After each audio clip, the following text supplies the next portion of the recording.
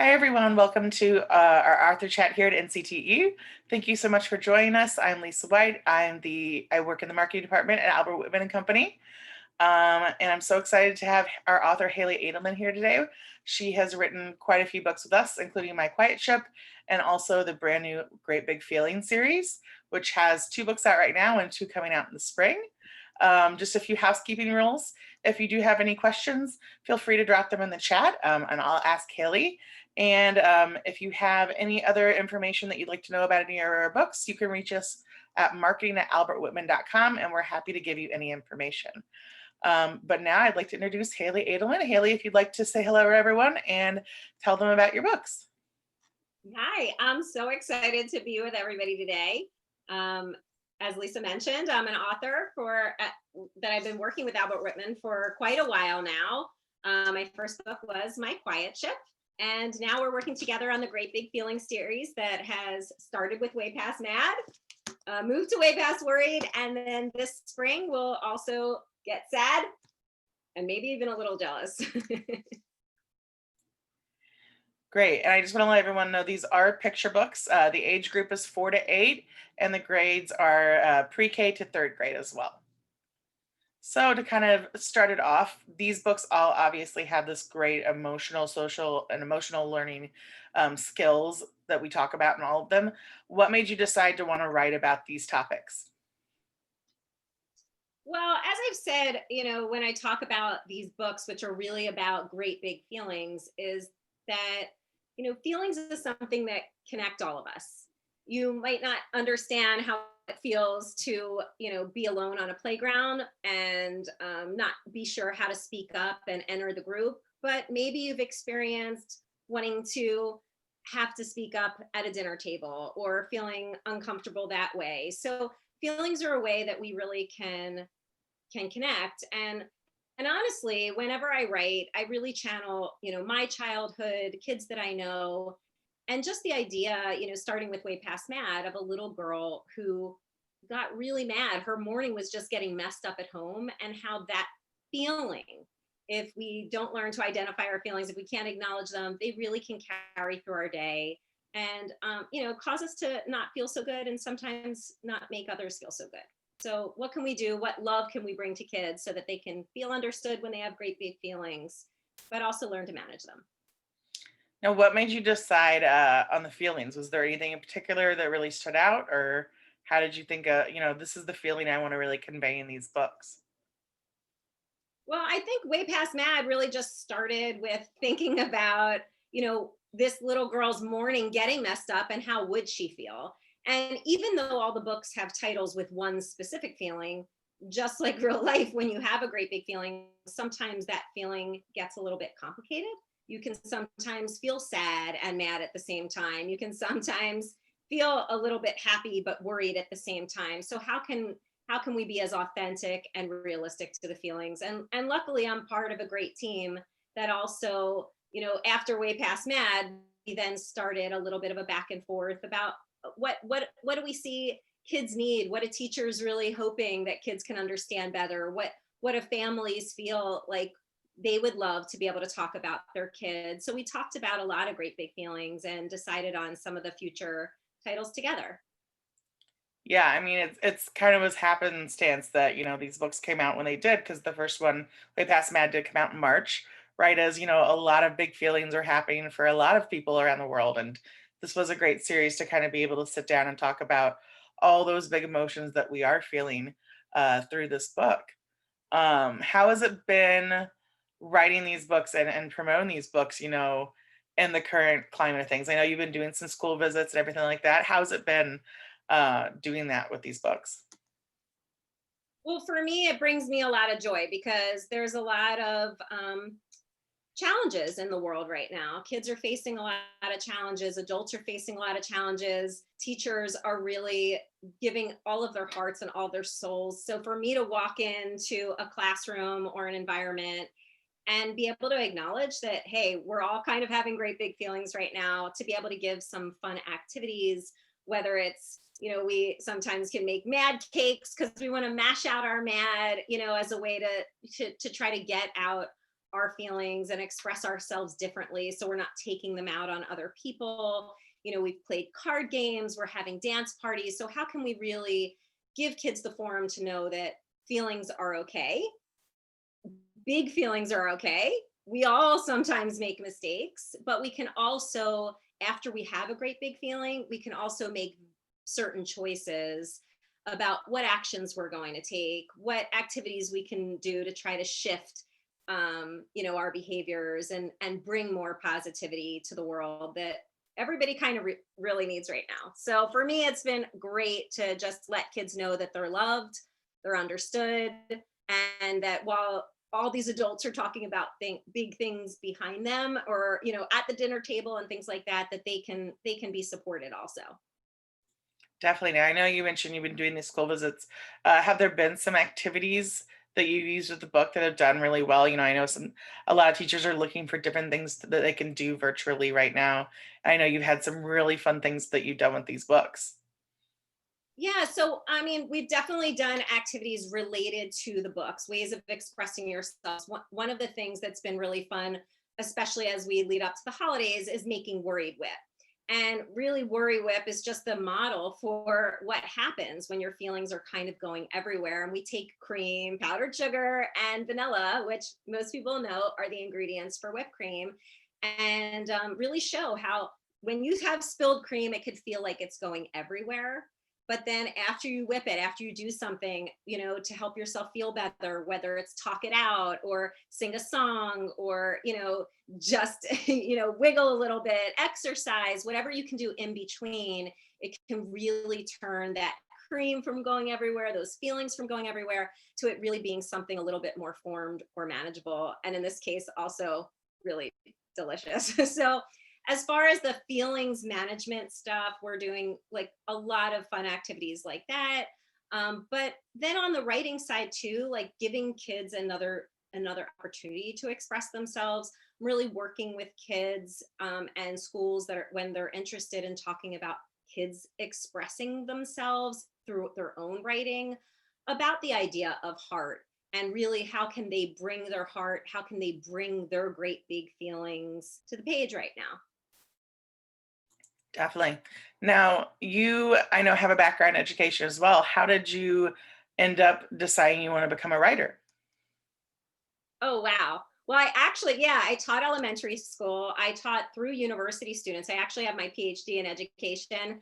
And for me, education, technology, and writing have always been a really big synergy. So switching over to the writing side really for me came when I was getting my doctorate, and a friend gave me a journal and said, "Hey, why don't you start writing down some of your story ideas?"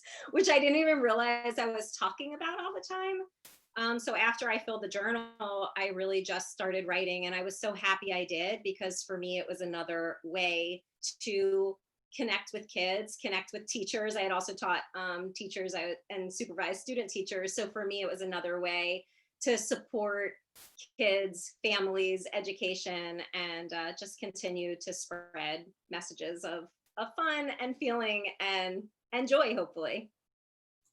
Definitely. Now, is there anything from your teaching that you've seen cross over to being a writer, like either something that's really helped in your teaching background, or something that's been like a kind of surprising benefit of having that background as you became a writer? Absolutely. I think because I was a teacher, a lot of times, some of the things I do when I'm writing the book, I really am thinking about beyond book activities. So for me, there's a lot of layers to a story. There's obviously the character and the heart, and the arc, the transformation of the character. So kids can really feel that, and readers can feel that. But there's also, I'm always asking myself the question, what can we do with this book after it's read? That's just the natural extension. You always have teachers, when you're holding up a book and you're reading to your kids, it's not going to stop there. Same with as a parent. So for me, it's always asking the question, what can we do with this story afterward that's exciting? I know you and I, Lisa, have been talking about the idea that I've been sharing, which are power poses. So for kids to go from maybe some of these, like, worried poses, mad poses, to how can they have power poses by the end of our work together? How can they have a brave pose or some other pose? Because Oftentimes when you shift your body, you can shift the way you're feeling. So just the idea of how much can we do beyond book has really, I think, come from having started as a teacher. Definitely. Now I did ask somebody yesterday, and it is a hard question for every author, but do you have a favorite spread or maybe a picture or a page from your book? Because you have really great illustrations as well, obviously, in these books. That is something that might be a little surprise that maybe people don't notice, or a favorite spread. I try not to say favorite because it's picking, that's trying to like pick a favorite child. But if you have a little piece of art that we want to show, that's maybe something that you really love from the book. I mean, absolutely. It's really hard not to love so many spreads with illustrators the illustrators I've been lucky enough to work with you guys, like, Sonia Sanchez and Sandra De La Prada and Karen Wall. So it's really hard not to. But since you mentioned Way Past That, I'll start with that book. And there are two spreads that I get so excited about. One of them is this one, where Kia is really imagining things feeling different for herself. You can see her power pose that looks so proud, and everyone's cheering her name. So just to know that when she's feeling so mad, she has this vision of feeling something different. And of course, I can't help but really fall in love with this spread. After Kia makes things right with her friend who she hurt through her mad, and just really just feeling the joy, just even seeing the background color shifting and just the pure love on their faces. It's just so sweet and simple and heartfelt. Definitely. And if people aren't familiar yet with Way Past Man, that's part of what I really do love about the book is you do see that kind of almost like a rolling stone as Kia's mad and as she picks up more anger and more emotion. And you see that in the illustration as well until she kind of does kind of work through that. And then you do see that like, kind of liftness of feeling better and seeing how it affects her friends and she doesn't want to hurt her friends and just how it lifts once she's able to kind of come to that resolution. It's very, very lovely visual as well. Oh, I mean, all the illustrations are so incredible. They really do support the story, make the story even better. I mean, I really do love them. I love even that I had mentioned like a gold medal, like sunshine around my neck. And really, Sandra was able to make a gold medal, and it was so incredible. And in Way Past Jealous, I loved how Karen, on this spread added stars to the bedspread when this little girl, all she wanted to do was kind of feel like a star and have all the attention. So just seeing that, this subtle message of maybe she already is a star, like I love that. And yeah, I'm grateful for all these illustrations. They're beautiful. Definitely. Now, I do want to say, like I mentioned before, Way Past Mad did come out this spring. Way Past Worried came out this fall in October. Those are both available now. And Way Past Jealous and Way Past Sad, those two will be out in April of next year, and you can go ahead and pre-order them as well. And if you are interested as well, there is Hallee has a website, if Hallee would like to say what it is, where you can check out all of these books and all the information about them. It's waypastbooks.com, correct? Yeah, if you go to waypastbooks.com, you can have some of the printables, the recipes that I mentioned for Worry Whip and Mad Cakes, the card games. You can also see videos for things that kids can do while they're stuck at home, and also some MIDI writing lessons. If a child really wants to start their own story or understand how to build emotion throughout a story, there's some penny wish activities that kind of tell you how to find your own story, and block stacking of how to build your story and build emotions. And yeah, hopefully a lot of fun activities.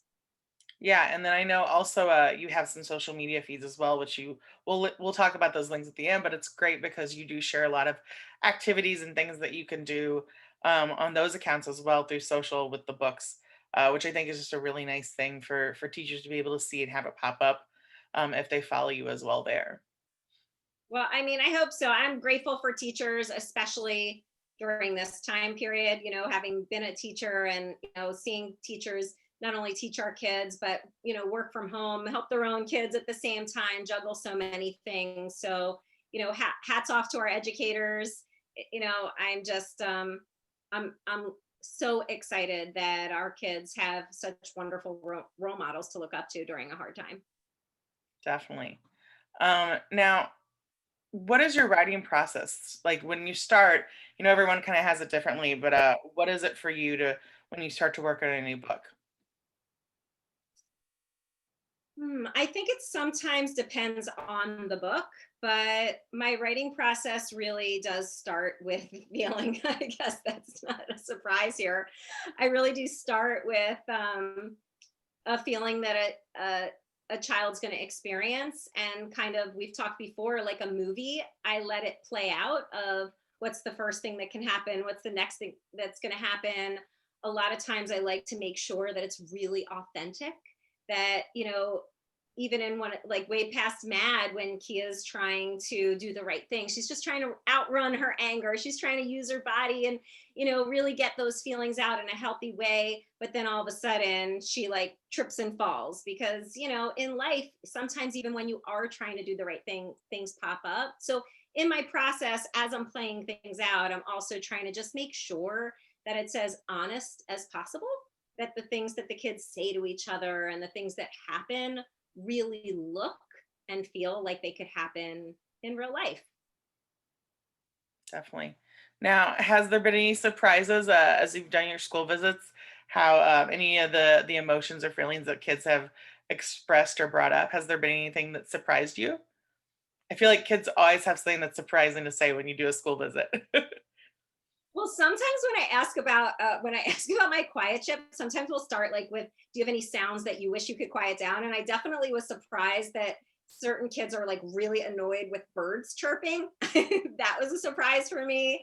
You know, I wasn't surprised, but like, brother siblings are driving me crazy, and this kind of thing. But birds chirping was definitely different for me. Cats meowing, so that was interesting. But no, I mean, what's not surprising is how honest and caring kids are. When you ask them a question, and we ask them what makes you worried, hearing kids tell you about this monster that they've created that they're scared at nighttime of seeing, or just how upsetting it felt to have a frustrating like disagreement with a sibling or a parent. Like, kids are just so honest and loving. So that's not surprising, but birds chirping and cats meowing being completely annoying was.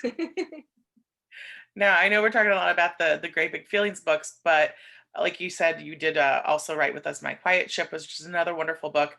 What was the inspiration for that book? How did you decide to write My Quiet Ship? And if you'd like to talk a little bit about what it is as well.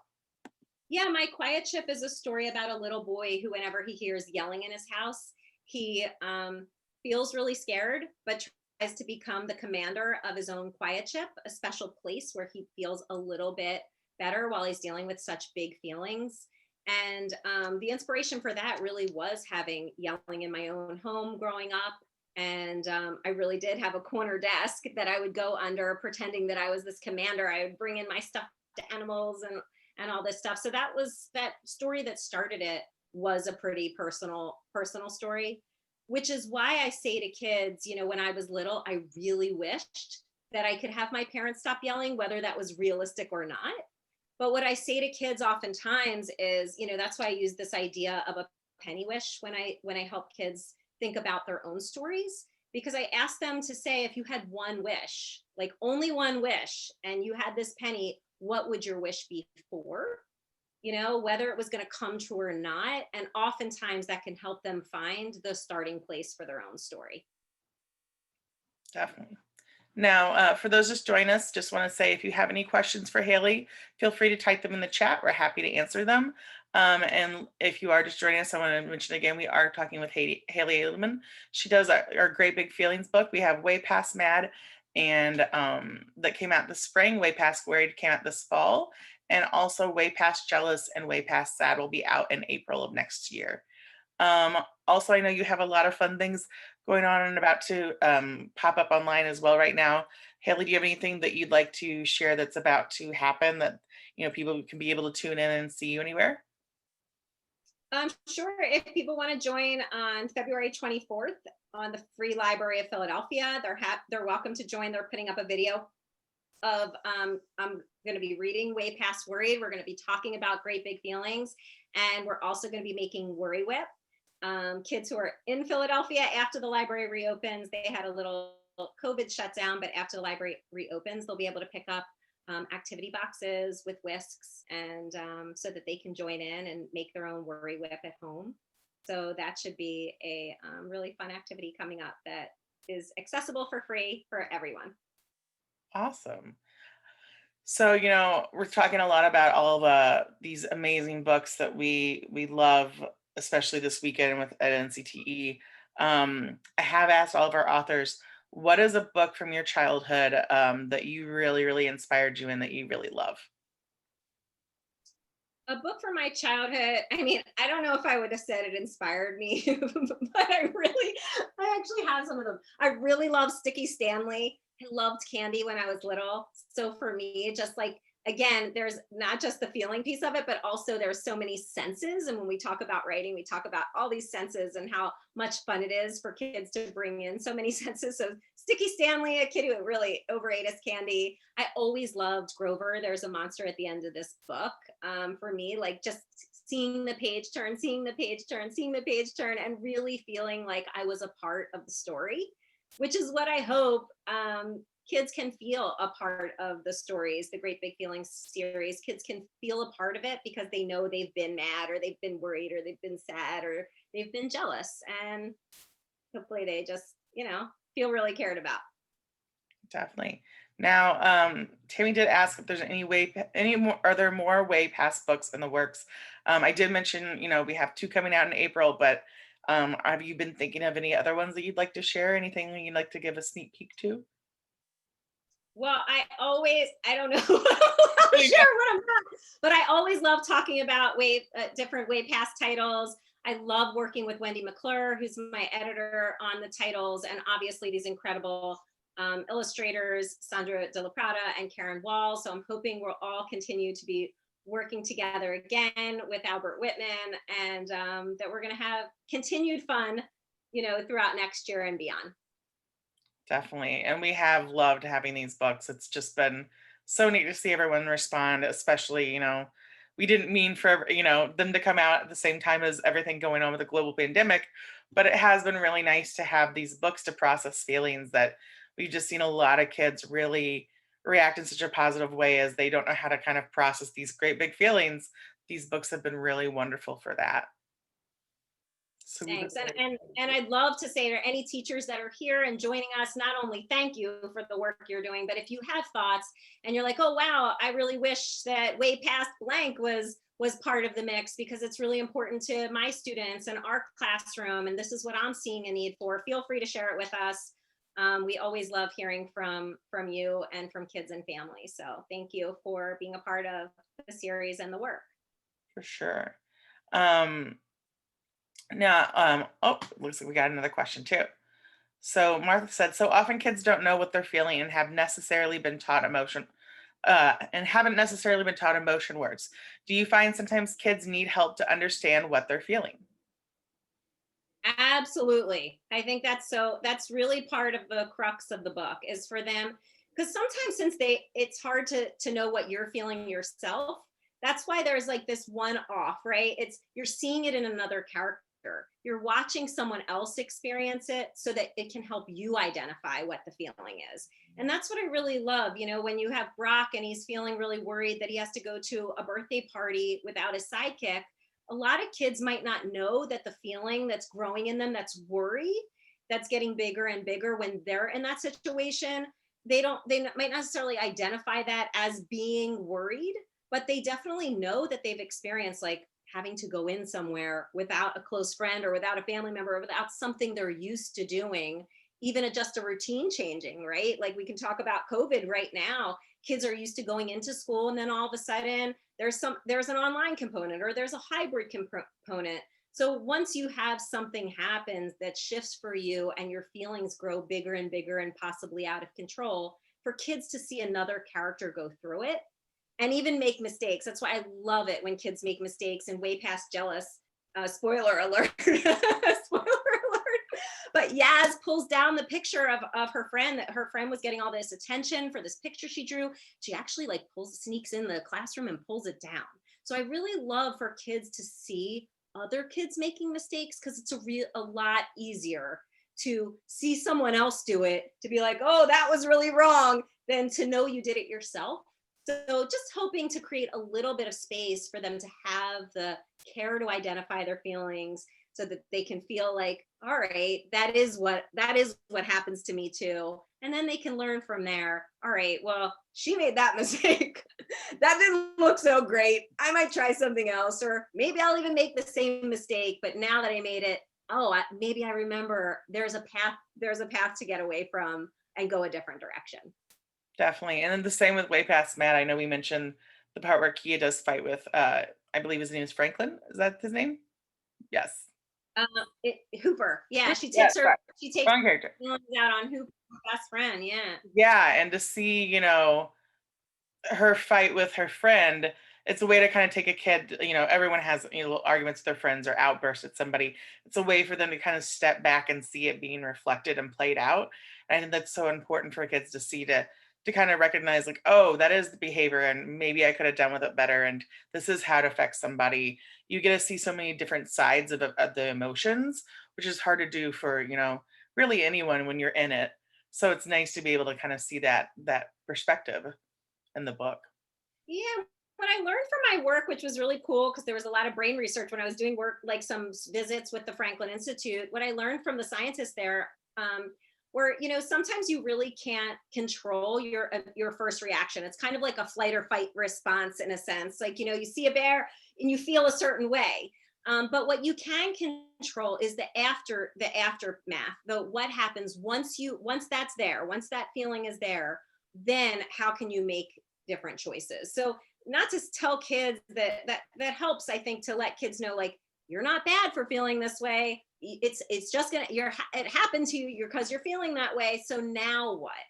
And really hopefully getting our kids to the point where before they're taking their mad out on a friend, or before where they're so worried they have to totally retreat and hide from something that they really want to do or that's really meaningful for them. Hopefully before they get to those places, we can just help them see there are other things to try and do.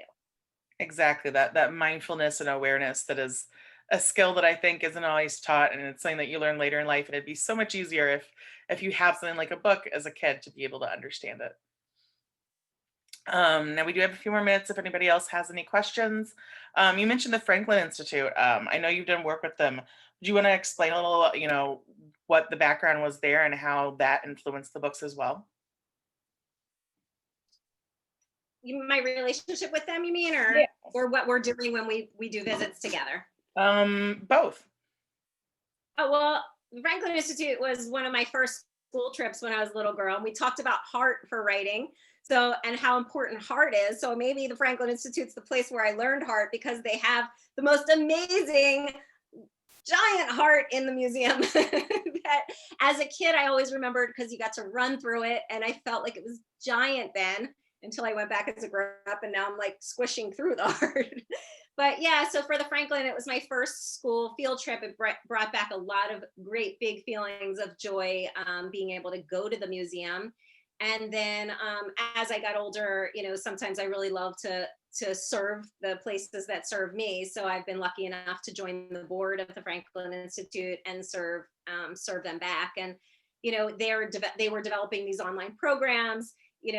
Thanks to Drexel and Sheila Abijah, I have my doctorate in education and learning technologies. So I've been able to help them with some of their online programs and just reach students in a lot of different ways together. And we have one more question, looks like. Do you get feedback from parents learning how to help their kids express their negative emotions thanks to your POS? Thanks to your books. I'm really lucky that parents, teachers, and even kids have shared with me that the books have helped them express themselves differently, or just think about feelings, start talking about feelings, which I know sounds like so crazy that we sometimes aren't talking about feelings enough, or we're making like feelings are so taboo, but it is so important for our kids. I mean, it's not just important for the moment of them being kids, we know, from being adults, that it's useful for them to manage relationships when they get older. It's useful for them to maintain connections. It's useful for them. You ask anybody about what are some really important skills for a job, and most often they're talking about soft skills. They're talking about, skills that help kids interact. So, you know, for me, I'm lucky that I not only receive the feedback, but also that it's work that hopefully lays the foundation of success for kids and love for kids. Definitely. Now I am going to wrap up here. I do just want to say I'm about to drop into the chat both Hallee's website and also waypastbooks.com. I just chatted that to everybody. If you'd like to find out more information about Hallee and her books, and also just the Way Past Books series, like I said, we do have Way Past Mad, which is available now, and Way Past Worried, which is also available now, and also Way Past Jealous and Way Past Sad, which will be out in April 2021, and those all are available for pre-order as well. If you have any questions about the books at all, you can message us at marketing@albertwhitman.com. We're happy to answer any questions. And then Hallee, if you'd like to share where everyone can follow you on social media or find you as well. Sure. On Twitter and Instagram, I can be followed at Hallee Adelman, or on Instagram at Way Past Books. And obviously, if you also want to check out some other amazing Albert Whitman titles, I definitely recommend going to @Albert Whitman, because there are so many great stories that I'm excited for people to see. Yeah, we've got a lot of fun social emotional learning books that are coming out next spring too that we're really excited about. And you can find our catalog on our website as well if you'd like to look at any of those books too. And just to let everyone know, this chat with us today has been recorded. If you did miss any of it, you'd like to watch again, it will be available tomorrow in our booth at NCTE as well. Join us again. We'll be back in 30 minutes to chat with Same as My Sister author, and we'll also be with author Sue Fleiss tomorrow as well. Thank you so much, Hallee, for joining me. I hope everyone's having a wonderful time at NCTE. Thanks for joining us. Bye, Hallee. Thanks everyone for coming.